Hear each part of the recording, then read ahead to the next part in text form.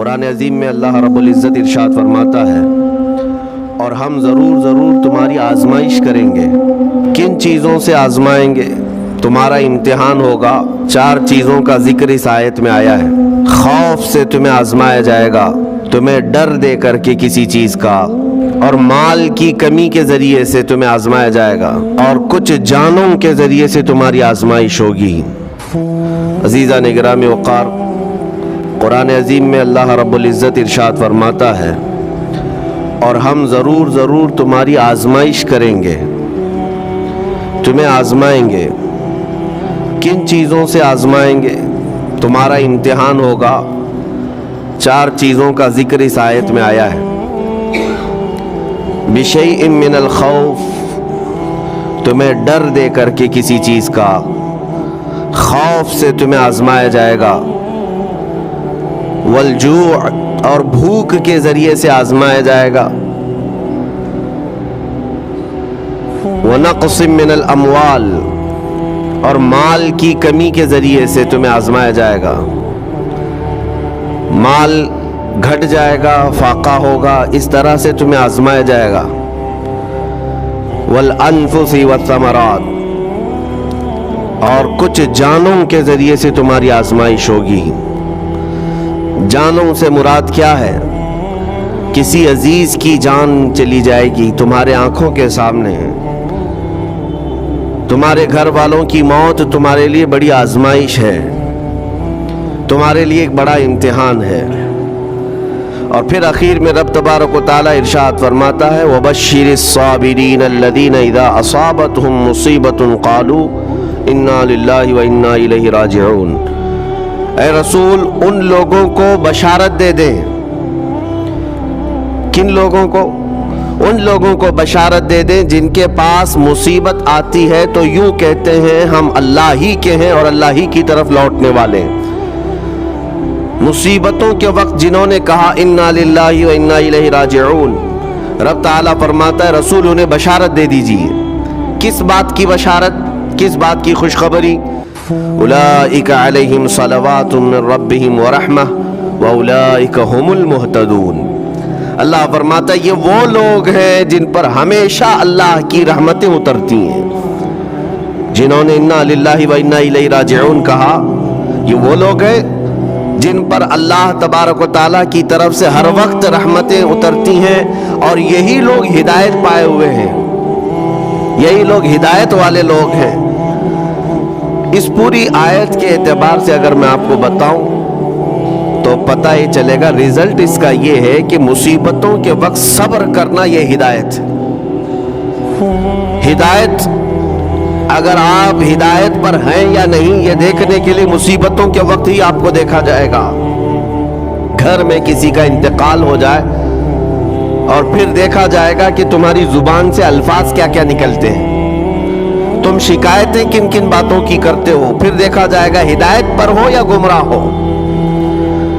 ایک روایت میں یہ بھی ہے کہ جب کسی کے بچے کا یا کسی کے بھائی کا یا باپ کا انتقال ہوتا ہے گھر میں، تو جنازہ اٹھانے سے پہلے ہی وہاں ایک فرشتہ آتا ہے۔ وہ فرشتہ گھر والوں کا معائنہ کر رہا ہوتا ہے کہ کون کون کیا کیا کہہ رہا ہے۔ رب ذوالجلال ہر چیز کی خبر رکھتا ہے، لیکن فرشتوں کو اسباب بنایا گیا ہے اور گواہ بنانے کے لیے انہیں یہ ڈیوٹی دی جاتی ہے۔ ہر ایک کی زبان سے نکلے ہوئے الفاظ وہ سنتا ہے اور جا کر کے رب تعالیٰ کی بارگاہ میں عرض کرتا ہے۔ اللہ تعالیٰ پوچھتا ہے کہ میں نے فلاں کے گھر سے ایک جان لے لی، ان کا عزیز بیٹا چلا گیا، بھائی چلا گیا، ماں چلی گئی، وہ لوگ میرے بارے میں کیا کہہ رہے تھے؟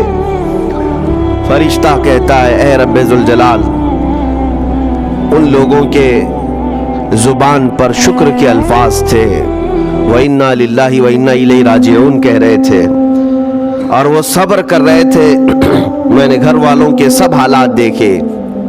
اللہ تعالیٰ فرماتا ہے اے میرے فرشتے تو گواہ رہنا، میں نے ان سے جو چیز لیا ہے اس سے کئی گنا زیادہ نعمت انہیں عطا کروں گا، اس سے بہتر نسل انہیں دی جائے گی، اور ان کے غم آج جتنے ہیں اس سے کئی گنا زیادہ خوشیاں میں انہیں جنت کی عطا کروں گا۔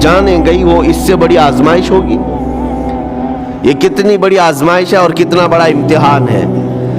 اب یہ بھی میں آپ کو بتا دوں کہ کس کے ساتھ کیسی آزمائش ہوتی ہے، کس کے ساتھ کیسا امتحان ہوتا ہے۔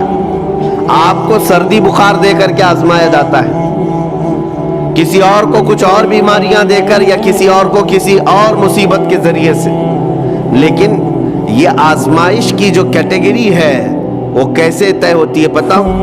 میرے آقا صلی اللہ تعالی علیہ وسلم نے فرمایا جس کا ایمان جتنا بلند ہوگا ویسی ہی آزمائش آئے گی۔